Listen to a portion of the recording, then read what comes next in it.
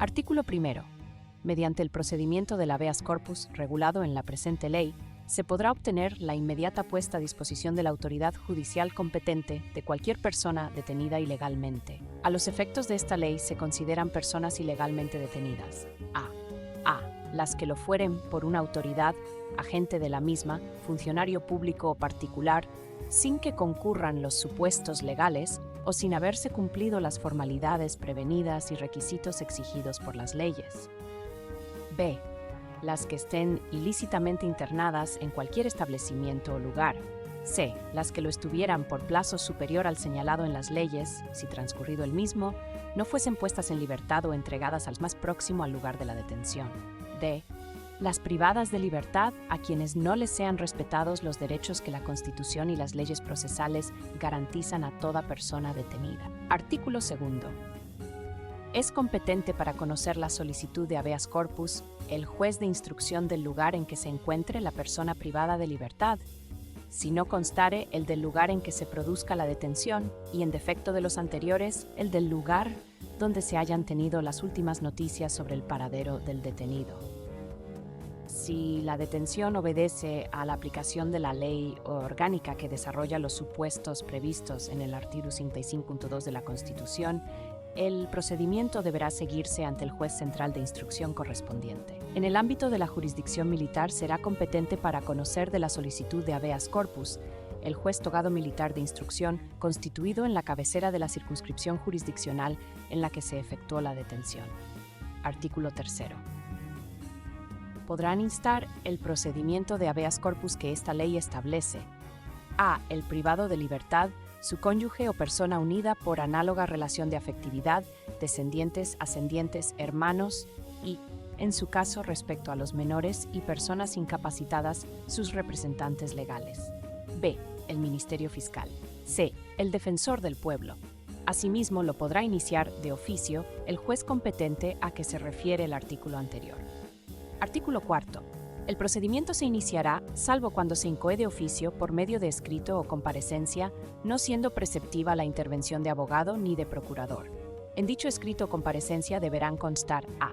El nombre y circunstancias personales del solicitante y de la persona para la que se solicita el amparo judicial regulado en esta ley. B. El lugar en que se halle el privado de libertad, autoridad o persona, bajo cuya custodia se encuentre si fueren conocidos, y todas aquellas otras circunstancias que pudieran resultar relevantes. C. El motivo concreto por el que se solicita el habeas corpus. Artículo 5.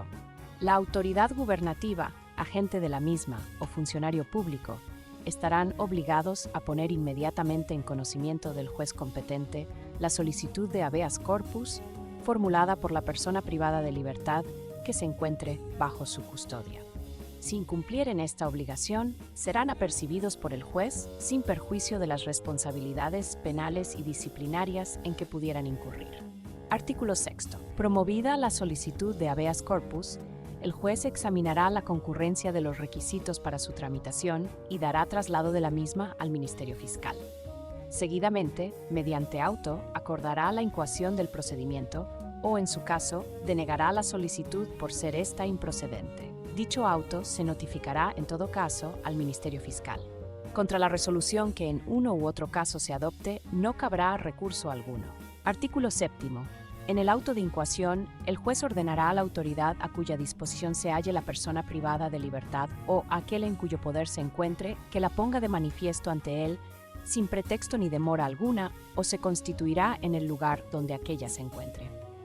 Antes de dictar resolución, oirá el juez a la persona privada de libertad o, en su caso, a su representante legal y abogado, si lo hubiera designado, así como al Ministerio Fiscal. Acto seguido, oirá en justificación de su proceder a la autoridad, agentes, funcionario público o representante de la institución o persona que hubiere ordenado o practicado la detención o internamiento, y, en todo caso, a aquella bajo cuya custodia se encontrase la persona privada de libertad. A todos ellos dará a conocer el juez las declaraciones del privado de libertad. El juez admitirá, si las estima pertinentes, las pruebas que aporten las personas a que se refiere el párrafo anterior y las que propongan que puedan practicarse en el acto. En el plazo de 24 horas, contadas desde que sea dictado el auto de incoación, los jueces practicarán todas las actuaciones a que se refiere este artículo y dictarán la resolución que proceda. Artículo 8. Practicadas las actuaciones a que se refiere el artículo anterior, el juez, mediante auto motivado, adoptará seguidamente alguna de estas resoluciones. 1. Si estima que no se da ninguna de las circunstancias a que se refiere el artículo 1 de esta ley, acordará el archivo de las actuaciones, declarando ser conforme a derecho la privación de libertad y las circunstancias en que se está realizando. 2. Si estima que concurren alguna de las circunstancias del artículo 1 de esta ley, se acordará en el acto alguna de las siguientes medidas. A. La puesta en libertad del privado de ésta, si lo fue ilegalmente. B. Que continúe la situación de privación de libertad, de acuerdo con las disposiciones legales aplicables al caso, pero si lo considerase necesario, en establecimiento distinto o bajo la custodia de personas distintas a las que hasta entonces la detentaban. Que la persona privada de libertad sea puesta inmediatamente a disposición judicial si ya hubiese transcurrido el plazo legalmente establecido para su detención. Artículo 9. El juez deducirá testimonio de los particulares pertinentes para la persecución castigo de los delitos que hayan podido cometerse por quienes hubieran ordenado la detención o tenido bajo su custodia a la persona privada de libertad. En los casos de delito de denuncia falsa o simulación de delito, se deducirá asimismo testimonio de los particulares pertinentes al efecto de determinar las responsabilidades penales correspondientes. En todo caso, si se apreciase temeridad o mala fe, será condenado el solicitante al pago de las costas del procedimiento. En caso contrario, éstas se declararán de oficio final. La presente ley entrará en vigor al día siguiente de su publicación en el Boletín Oficial del Estado. Por tanto, mando a todos los españoles, particulares y autoridades que guarden y hagan guardar esta ley orgánica. Palacio de la Zarzuela, Madrid, a 24 de mayo de 1980.